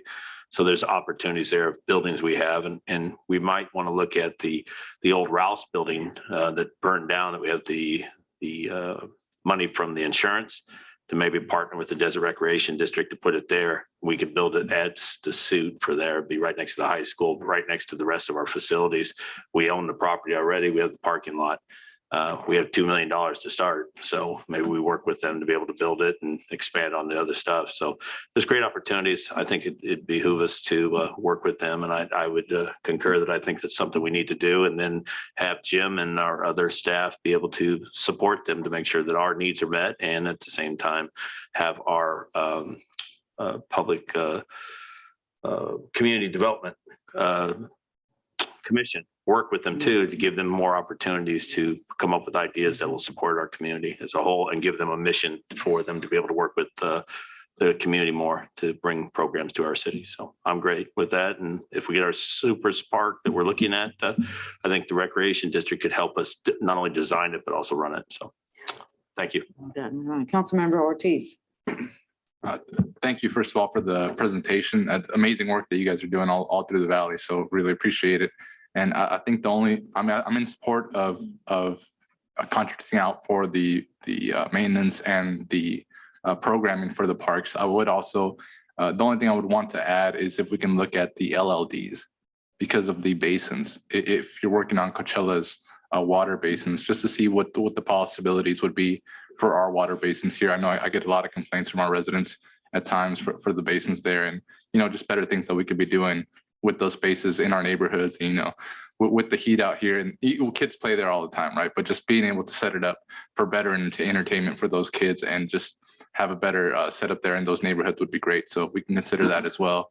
And I do support looking at the Rouse building and the Armory to see what we can do there as well. Great. And me last, gosh, how long has it been? I absolutely support programming this. We've been looking for a building for how many years? I think that was one of the first thing I was asked when I first became a council member. Absolutely support looking at that Rouse site. We need a super site there to handle the gymnastics, possibly pickleball. I mean, somehow or other, we need to be able to look at how we can come to terms to make that happen. Your ability to not just manage, but program the parks, assist with special events, really like the idea of sort of connecting with the commission a little bit and listening and providing a little bit of direction and guidance and assistance. I think your essentially project management of those areas here in the city of Indio, it's something I have listened to for a very long time. I'm total support of it, and I look forward to a fruitful relationship. Definitely. Okay. I think we have clear direction, and we'll work on he outlined 3 or 4 options of agreements. So we're not quite sure what vehicle would work best, but we'll be working on that and present that to you before the end of the year. Sounds like a plan. Do we need? Can I just ask Mr. Kelman, can you introduce your 2 other individuals that are here, yeah. considering they're 2 of your strong team? Absolutely, yeah. So in the white shirt, stand up, Barb. This is my boss. She keeps me in line. This is Barbara Dare. She's my assistant general manager. And she really is responsible for the day-to-day operations of the district. She makes sure that all of my crazy ideas actually happen. And then Director Becerra, who represents most of the city of Indio, recently joined our board in this past November election and has been an absolute change of pace for us and has brought a lot of good ideas to the forefront and things that hadn't necessarily been on our radar as an organization.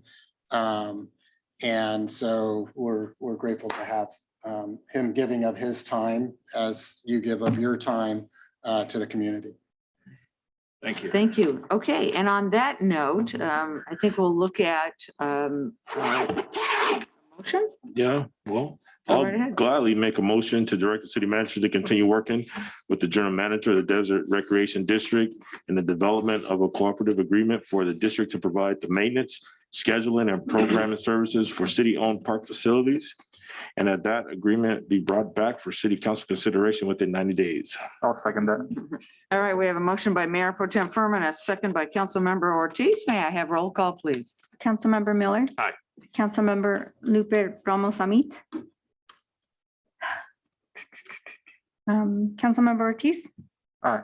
Mayor Pro Tem Furman. Aye. And Mayor Holmes. Aye. Motion passes unanimously. Awesome. Look forward to that. Look forward to that coming back.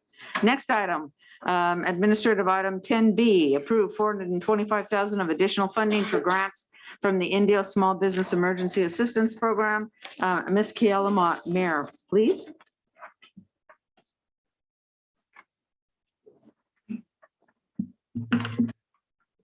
Thank you and good evening, Madam Mayor and members of the council. As city manager mentioned earlier this evening, I am Kayala Mayer. I'm the new senior economic development analyst. The economic development department is asking for approval for $425,000 to fund small businesses who are eligible during the initial application period from March 5th to March 15th. There was 142 applicants and 71 businesses were funded. 13 were childcare facilities. The total awarded was $625,000. $5,000 were awarded to childcare facilities and $10,000 were to small businesses. Checks were dispersed in April 2021. There are 52 applicants remaining. After careful review of the final applications, 41 are eligible, and of those are 6 childcare facilities. We are asking for additional $425,000 to fund the remaining applicants. After this disbursement, the city will have funded 112 small businesses, including 19 childcare facilities, and that would be a total of $1,070,000. This concludes my report. I am happy to answer any questions you may have. Thank you very much. Any questions for Ms. Mayor? Pretty self-explanatory. Any comments, or do I hear a motion? I'll make a motion to approve the $425,000 of additional funding for grants from the Indio Small Business Emergency Assistance Program. One second. I have a motion by Councilmember Miller, a second by Mayor Pro Tem Furman. May I have roll call vote, please? Councilmember Miller. Aye. Councilmember Ramos Amit. Councilmember Ortiz. Aye. Mayor Pro Tem Furman. Aye. And Mayor Holmes. Aye, motion passes unanimously. Thank you very much, team. Thank you very much Thank for you. that information. I look Thank you. forward, yes, to further supporting our small business community. Okay, now we're going to move along to item 11A, public hearing, resolution number 10233, approving the issuance of tax exempt revenue bonds by the California Municipal Finance Authority, CMFA, to provide financing for Arroyo Crossing Affordable Housing Project Phase 1. Mr. Snyder. Thank you, Madam Mayor. Good evening, Madam Mayor, members of the City Council. My name is Kevin Snyder. I'm your Director of Community Development. This evening, you have two public hearing items. They are the same public hearing items, but they are separate because you have two separate projects. At this time, I'd like to invite Juan Rodriguez up. Mr. Rodriguez is a development analyst in the Housing and Neighborhood Services Division, and he has been shepherding both these projects through the process and has done an excellent job. He's going to provide you with a staff report and answer any questions, and also be available to answer any questions you might have as well. So if I could have Juan come up and please provide a staff report. Thank you.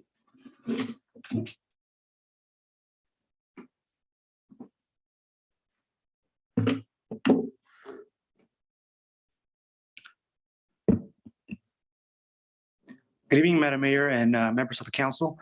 My name is Juan Rodriguez. I'm the development analyst here for the city of Indio.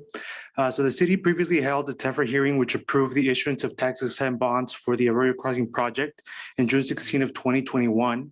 At that council meeting, Jesus Gomez, our housing progress manager, was the one who presented that project. The Arroyo Crossing project is a new housing development that will be constructed along Jefferson south of Highway 111. The project has not changed in scope. The only change is in the amount of tax exempt bonds, which has increased after determining that the bond amount was insufficient to develop the project. It went from 30 million to 42 million. We are currently presenting the TEFRA hearing of phase 1 of the project. The next item on the agenda will actually be for the TEFRA hearing of phase 2. The TEFRA hearing pertains to the financing portion on phase 1 of the projects previously mentioned. The bond issuer is required per the IRS code to conduct this public hearing in which the council and the city council serve as a host jurisdiction.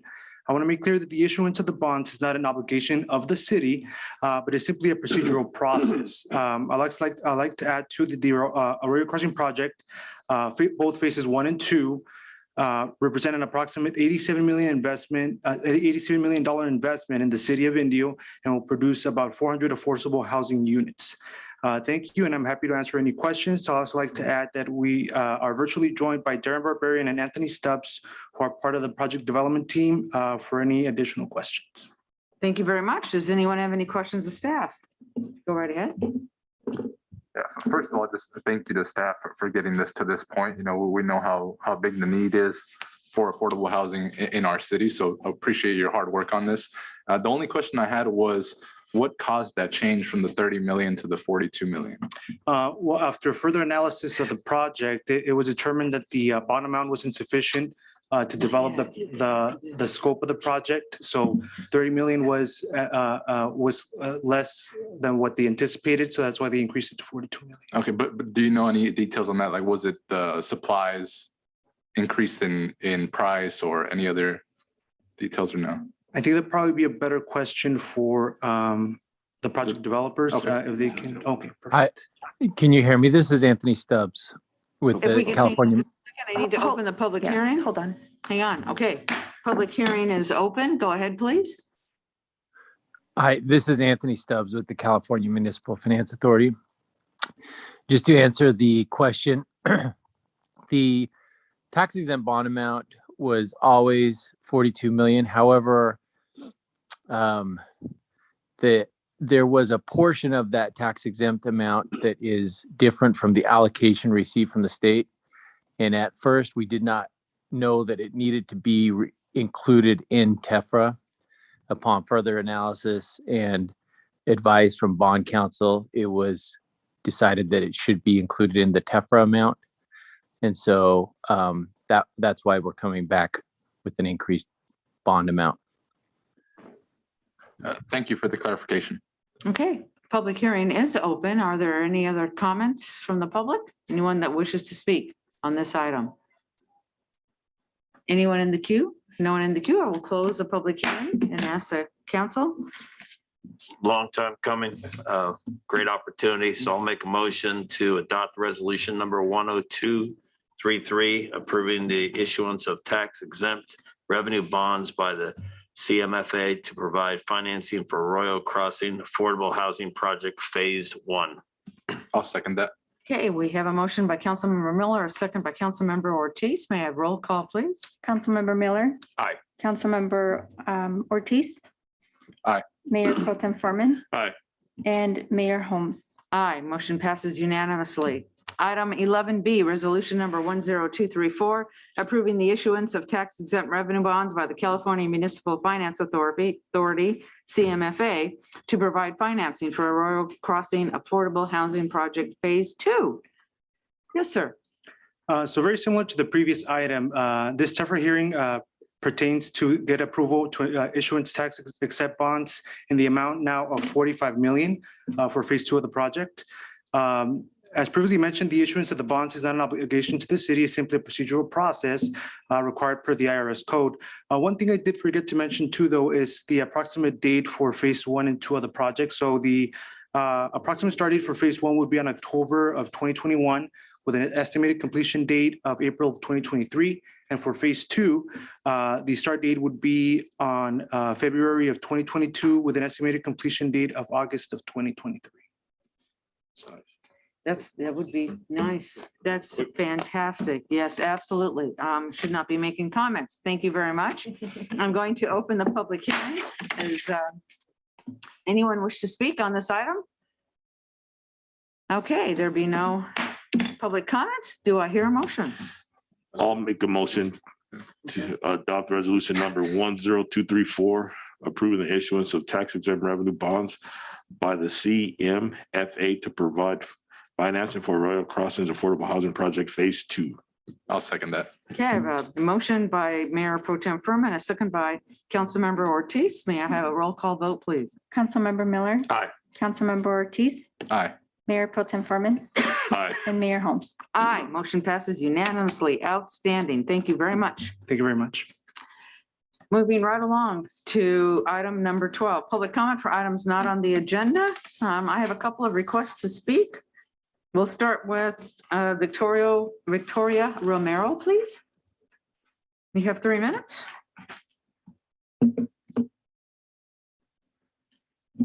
Good evening, City Council and City Manager. My name is Victoria Romero. I am a longtime resident of the City of Indio. I have family and friends in various law enforcement fields, so I'm well versed in their protocols and procedures. This is why I'm here to express my frustration that we have a chief and an assistant chief of police who have been accused of perjury while under oath, and yet they are still running our police department. 2 of the top police department officials who are supposed to have the highest levels of honesty and integrity and who should be held to the highest standard of accountability are not. What does this say to constituents like myself about the city manager, but most importantly, the city council? At the end of the day, the responsibility lies on all of you. In the words of City Manager Brian Montgomery, residents like me are majority stakeholders in this city. And you, city council members, are public servants who answer to all of us. The council shouldn't have to be reminded that your seats on the council are afforded to you by the votes the residents of Indio cast. Your actions, or should I say lack thereof, are being noted and will definitely be remembered this coming election. Thank you for your time. Okay, the next request to speak is for Michael Zamudio, but I saw him run out the back door, so hopefully he returns. Ms. Sanchez, are there additional requests to speak? Yes, Mayor, we have 2 members in Zoom and 1 by phone. Terrific. We can start with Rich Randolph. You have 3 minutes. Thank you, Mayor. Honorable Mayor, City Council, my name is Rich Randolph. I'm a public servant and a big fan of the City of Indio. I'm also president of the Porac Inland Chapter, which consists of all the law enforcement agencies in Riverside and San Bernardino County with the exception of 2. For years, Indio has been respected as a law enforcement leader. Definitely a part of the community, donating over $9,000 in the last 4 years to community groups. You guys have big jobs up there. And you're doing a great job. But recently, Indio POA conducted an update to all the associations regarding the vote of no confidence regarding the chief and the assistant chief. And it was sad. This is very controversial, a vote of no confidence. But it was seen by all of us as something very serious. What's even more shocking is that city leadership, such as your city manager, has not taken any action. This is very serious. City managers and police chiefs come and go. Your ambassadors are your employees. Most importantly, the police officers and the service members, servicemen and women of the Indio Police Department. They're not going to come in contact with the chief or the CM. They're going to come in contact with your police officers. Your employees are your biggest asset. Please, I implore you to take some action, sit down, start talking to employees, because the word is out now. Locally, don't apply at Indio because they don't care about their employees. And soon it will be statewide. And I know there's some good leadership up there. I've watched several of your city council meetings. I think you guys do a phenomenal job with what you do. I love Indio, but please, this is something very serious. And I'd love to sit down with any of you. I do this all the time, but your police employees are unhappy and they've actually documented that. And what is going on right now, the allegations, I'm not harping on the allegations, but obviously there's a problem. And if you don't care about your employees, they're unhappy. What's that conveying to everyone else? I know you guys care about your employees. I watched you tonight highlight several things. I thought it was awesome. Please don't close the door on the public servants of the Indio Police Officers Association. Thank you so much for your service. Good night. Next member is Wendy Phillips. Mr. Phillips, you have 3 minutes. Can you hear me? Hello? Yeah. Yeah, my name is Wendell Phillips. I'm the General Counsel of the Indio Police Command Unit. I want to talk on 3 issues real quickly. One is the public comment section got moved to the back of the agenda, and the answer we were given was that encourages participation. That's foolish. If you need extra participation, you can always add an extra public comment section or session at the end of the meeting, and I imagine it will usually go unused. What really happens is when you put it at the back end of the meeting is that the day shift employees, especially police department employees who don't want to sit around and listen to all the public hearings and everything else, get discouraged and go home. I don't think many of them went home tonight. The second thing is the investigations in your city into the retaliatory IA investigations, either started or encouraged by Chief Washburn, continue. Not much is happening. And that brings me to my third item I want to discuss. Madam Mayor, I must take issue with the statement you made earlier tonight.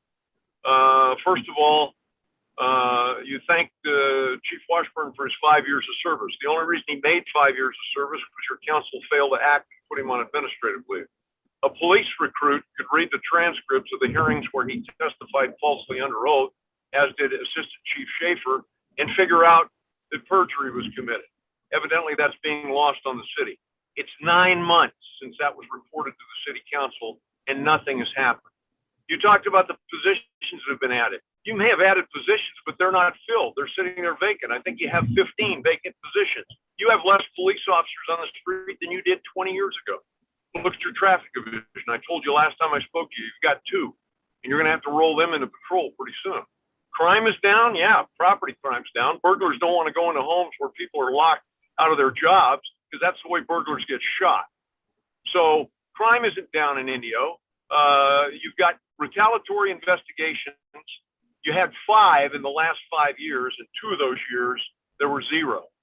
In the last year, there have been 8, with almost half those investigations directed at the sergeant who bravely reported the perjury of the chief and the assistant chief.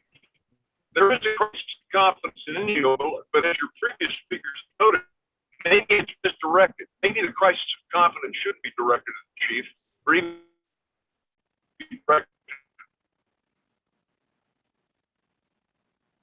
Spread this is unity.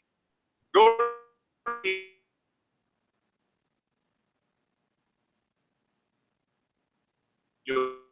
exactly what your citizens feel about the way the council is on their assistant chief.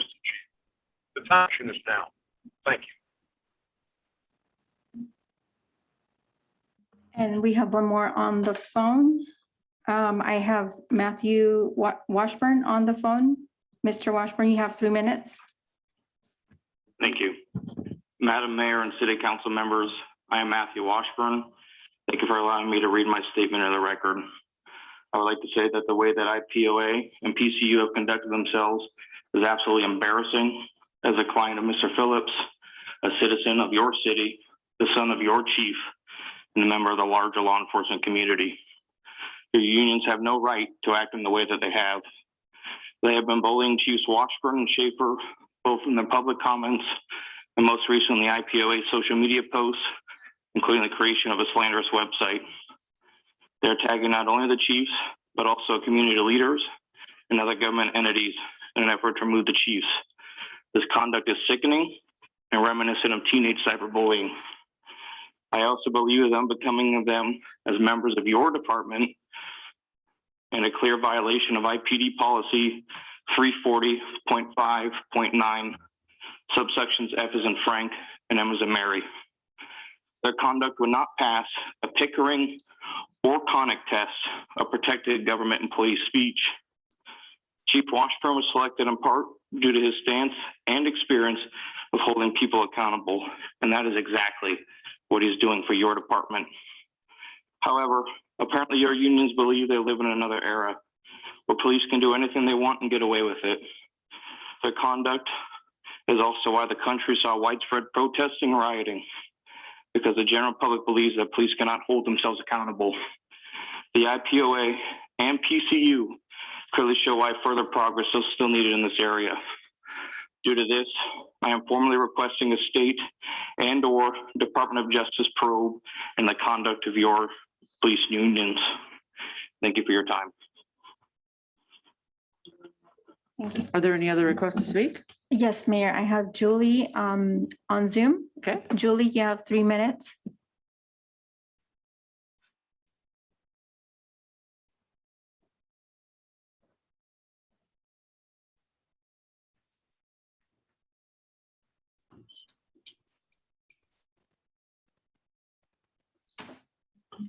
Julie?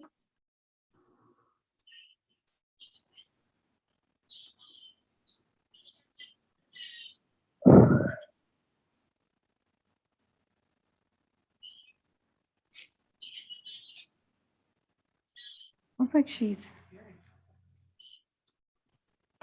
Julie, are you on?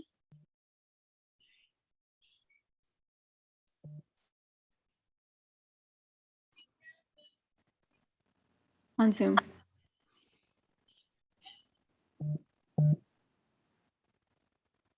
Oh, she hung up or she's not on.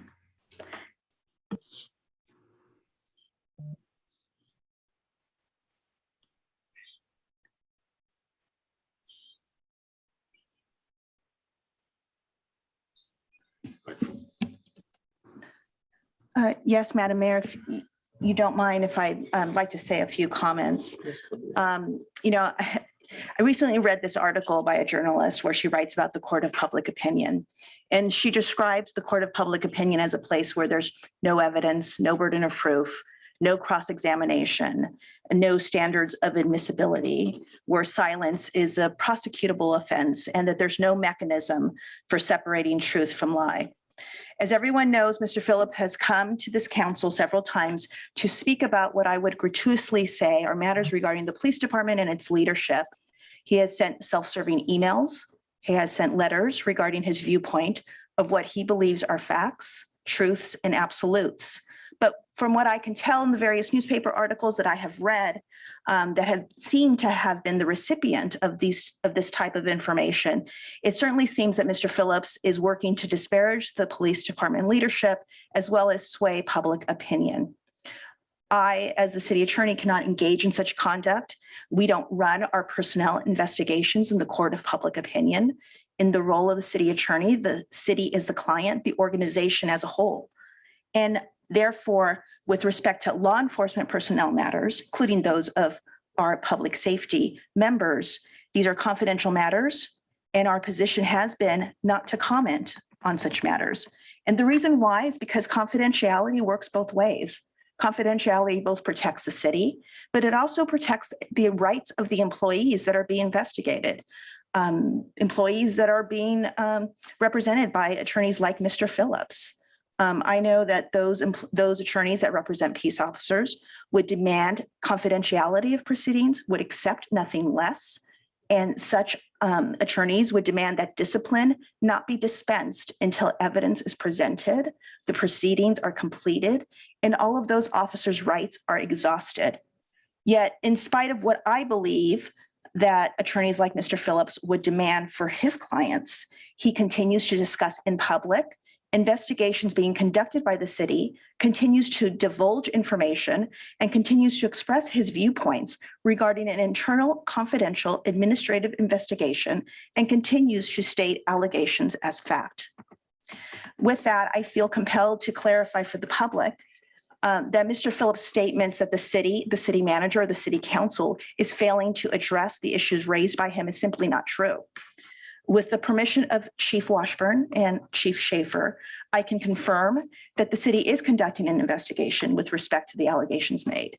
And the reason why I asked permission is because of the rights that are afforded peace officers during administrative internal affair investigations known as POBAR, the Public Safety Officer Procedural Rights Bill of Rights Act.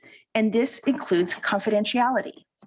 If I or the city manager or anyone involved in any administrative internal affairs investigation of a police officer has taken steps to discuss the investigation publicly, to make conclusions regarding the allegations made about the officer, call for that officer by name, such as the activities that Mr. Phillips has engaged in, or would have called for the immediate termination of such officers, I know for a fact that Mr. Phillips would haul us into court for violating that police officer's rights. Yet, Mr. Phillips believes he does not have to abide by these rules of confidentiality regarding these proceedings with respect to the chief and the assistant chief.